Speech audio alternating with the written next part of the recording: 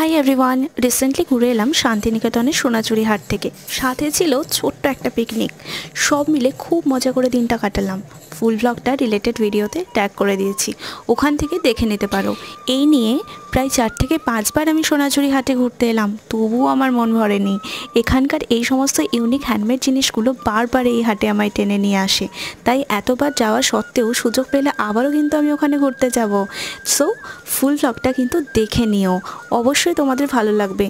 এই শান্তিনিকেতন হাটে কি কি পাওয়া যায় সমস্ত কিছু কিন্তু এই ব্লগে কভার করা আছে।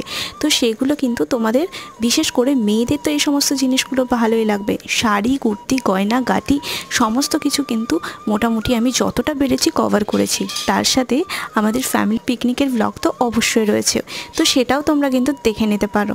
তো আজকের মতো এই পর্যন্তই, দেখা হচ্ছে পরবর্তী ভিডিওতে। টাটা।